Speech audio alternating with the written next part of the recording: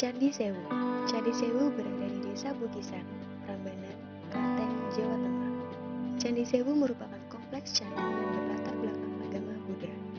Candi tersebut didirikan antara tahun 782 sampai 792 Masehi atau sekitar abad ke-7 Masehi. Halaman Candi Sewu terbagi menjadi 3, berdenah 4 persegi panjang konsentrasi, dan halaman yang paling suci terletak di pusat. Kondisi Candi Induk Sewu sebelum pemugaran, yaitu kaki dan tubuh candi, masih berada di tempat semula dengan bentuk serta hiasan yang masih utuh. Candi Induk Sewu ini mulai dipugar pada tanggal 1 April tahun 1981 atau 1982 dan selesai tahun 1992 atau 1993, dan pemugaran ini dilakukan oleh proyek pemugaran pemeliharaan peninggalan sejarah dan perbakalan Jawa Tengah. Candi Sewu ini sering digunakan umat Buddha untuk melakukan upacara atau acara keagamaan.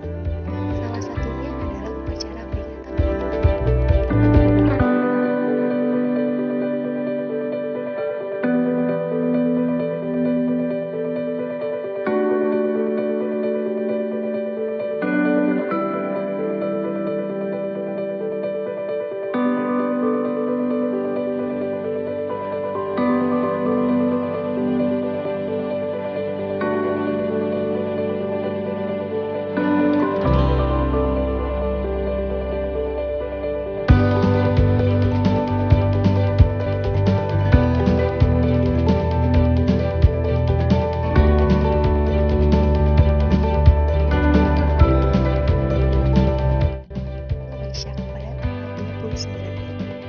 Peringatan Waisak ke-2562 BE ini digelar di Candi Sewu pada hari Selasa, 29 Mei 2018 dengan tema pada tahun 2018 yaitu Harmoni dalam Kebinekaan untuk Bangsa, atau bisa dikatakan toleransi beragama masyarakat Indonesia. Prosesi Waisak itu sendiri dilakukan dengan kirap dari Candi Pelausan sampai Candi Sewu.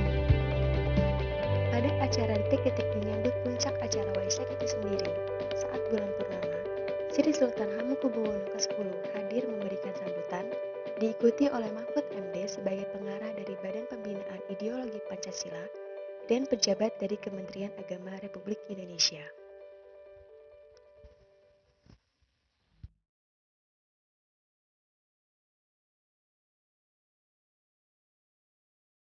Candi Pelausan terletak di Pedukuhan Pelausan Bukisan, Prambanan, Klaten, Jawa Tengah. Candi ini berlatar belakang agama Buddha, dibangun oleh seorang putri raja bernama Pramodawardhani atau Sri Kahiyang dari Dinas Sairendra pada abad 9 Masehi. Dekartaris berpendapat bahwa kompleks Candi Pelausan didirikan pada pertengahan abad ke-9 Masehi antara tahun 825 sampai 850 Masehi. Pendapat ini didasarkan dari data prasasti, gaya seni dan arsitektur Candi Pelausan. Mengenai bangunan arsitekturnya, Candi Pelausan Lor memiliki 2 candi induk yang berderet utara pagar pintu gerbang. Purna pagar Candi Utama Utara Pelausan Lor diresmikan oleh Menteri Pendidikan dan Kebudayaan Republik Indonesia dan ditandatangani oleh Profesor Dr. Ingwar Iman Jojonegoro pada 19 Februari 1998. Kemudian, Purna pagar Candi Utama Utara Kompleks Candi Pelausan Lor diresmikan oleh Menteri Kebudayaan dan Pariwisata Republik Indonesia dan ditandatangani oleh Insinyur Jero Wacik SE pada 4 Januari 2010. Terdapat beberapa hal yang menarik dari Candi Pelausan ini, antara lain Pelausan dikenal dengan nama Candi Kembar karena berdiri 2 candi besar dengan ukuran yang bentuk yang hampir sama. Candi Pelausan memiliki tinggi dan panjang sekitar 15 meter dengan lebar sekitar 10 meter.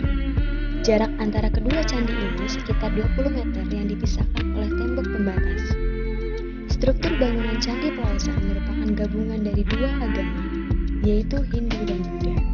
Ciri khas Hindu yaitu menjulang tinggi, sedangkan Buddha yaitu struktur yang melebar. Dan relief candi bagian utara menggambarkan seorang perempuan yang konon merupakan kekaguman Rakai Pikatan terhadap Yang Gaib.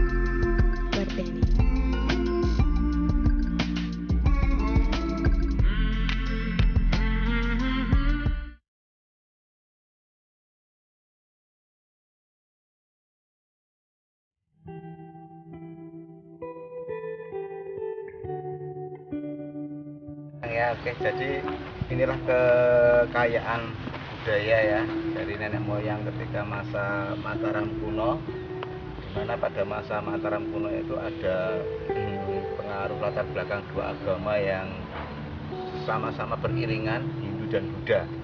Jadi yang sebenarnya mereka satu keturunan, cuma ada satu yang menganut agama Buddha yang mendirikan dinasti Sailendra, kemudian ada satu lagi yang memegang agama Hindu dengan mendirikan dinastinya Sanjaya.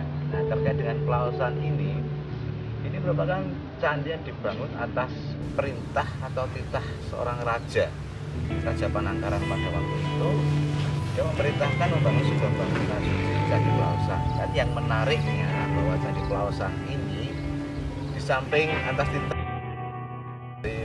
Panangkaran yang raja beragama Buddha, di mana memiliki seorang anak Pramodawardhani yang dipersunting oleh rakyat Pikatan beragama Hindu. Rakyat Pikatan itu kita kenal sebagai pendiri Candi Prambanan. Ini menarik. Nah, bedanya dengan yang lain-lainnya memang Plaosan ini merupakan candi yang bertoleransi sangat tinggi, karena candi berlatar agama Buddha, tetapi dalam pembangunannya ada raja-raja yang beragama Hindu atau raja bawahan yang beragama Hindu menyengkuyung atau bersama-sama membangun Candi Plaosan ini. Ini tampak terlihat dari arsitektur bangunan candi.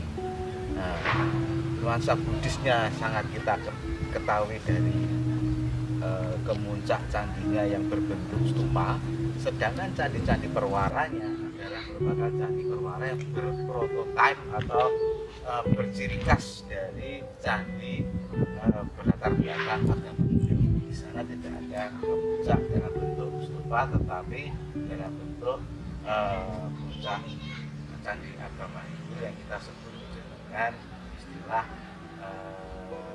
ratna, atau dia bentuknya berbeda dengan stupa.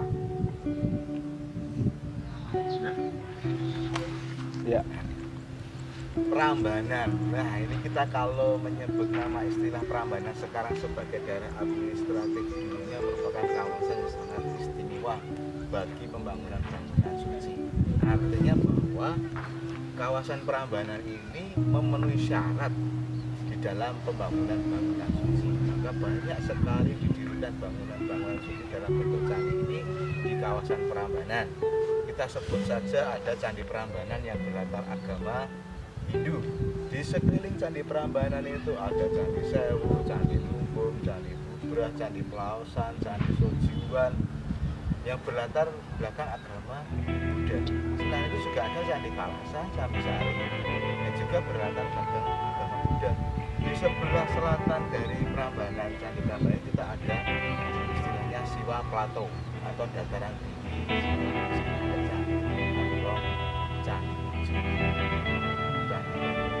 Keraton Ratu Boko. Nah, sebenarnya ini menunjukkan bahwa wilayah Prambanan adalah wilayah istimewa bagi tempat beribadah, karena yakini bahwa Prambanan mempunyai kekuatan atau mempunyai daya yang sangat luar biasa bagi tempat ibadah. Selain itu juga konsep di dalam pembangunan ibadah di kawasan Prambanan itu ada 3 hal yang penting. Yang pertama adalah gunung, karena gunung dianggap sebagai tempat leluhur atau tempat tinggal para dewa. Oke, Plaosan tadi sudah disampaikan bahwa ini merupakan sebuah candi yang menarik karena ada 2 sisi penyatuan antara agama yang berbeda, tapi tetap berlatar belakang agama Buddha, karena di sini untuk pemujaan dari Bodhisattva atau salah satu dewa di dalam beberapa dewa dalam agama Buddha yang dia masih memiliki tugas untuk menyelamatkan kehidupan manusia. Maka tidak heran kita ketika ke Candi Plaosan di dalam bilik utamanya itu kita menemukan arca-arca dari Bodhisattva. Nah, menariknya lagi yang kedua, Plaosan ini terdapat 2 candi utama yang sama bentuknya, sama luasnya. Nah, yang membedakan bahwa di dalam diri terdapat beberapa acadan Buddha yang berbeda tentunya antara candi utama yang ada di sisi selatan dan yang di sisi sebelah utara. Secara arsitektur sama persis. Dan yang kedua, yang ketiga yang menarik lagi, bahwa Candi Plaosan, candi induknya di sisi selatan, reliefnya raya dengan relief tokoh seorang pria. Di sana dipakai relief semuanya pria. Tapi berbeda dengan yang candi induk Plaosan di sisi utara, reliefnya yang dipahatkan adalah relief tokoh-tokoh wanita. Raya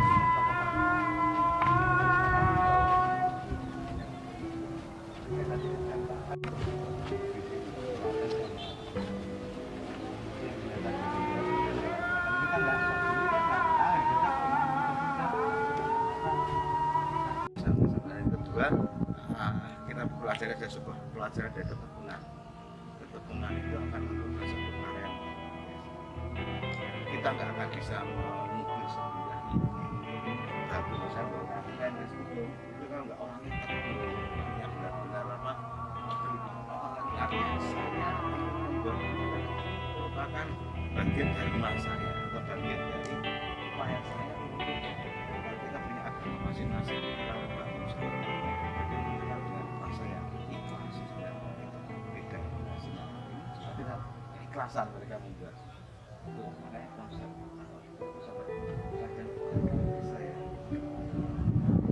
saya pelajari di ketekunan akan menghasilkan sebuah. Kemudian juga tentunya teknologi ya, kita tidak bisa kita harus mau menerima apapun ada itu pengaruh teknologi atau apa yang bisa membuat. Dulu awalnya sebelum mengenal bangunan ini kan masyarakat asli Indonesia kan hanya bisa mengenal bangunan dari kayu asli awalnya kita hanya itu kan kayu itu kan ya dibilang sederhana karena pembangunnya kalau kita sudah bisa memperkuat berbagai sudut bangunan dari konstruksi kayu problem, tapi kali ini sudah satu berarti kan kita harus bisa menerima ilmu pengetahuan teknologi itu transfer itu harus bisa masuk kita dan kita ini ajarin kita bahwa kita harus belajar dan mau belajar itu diajari itu ada sesuatu yang baru untuk menciptakan sesuatu kita sendiri tapi tetap harus kaitan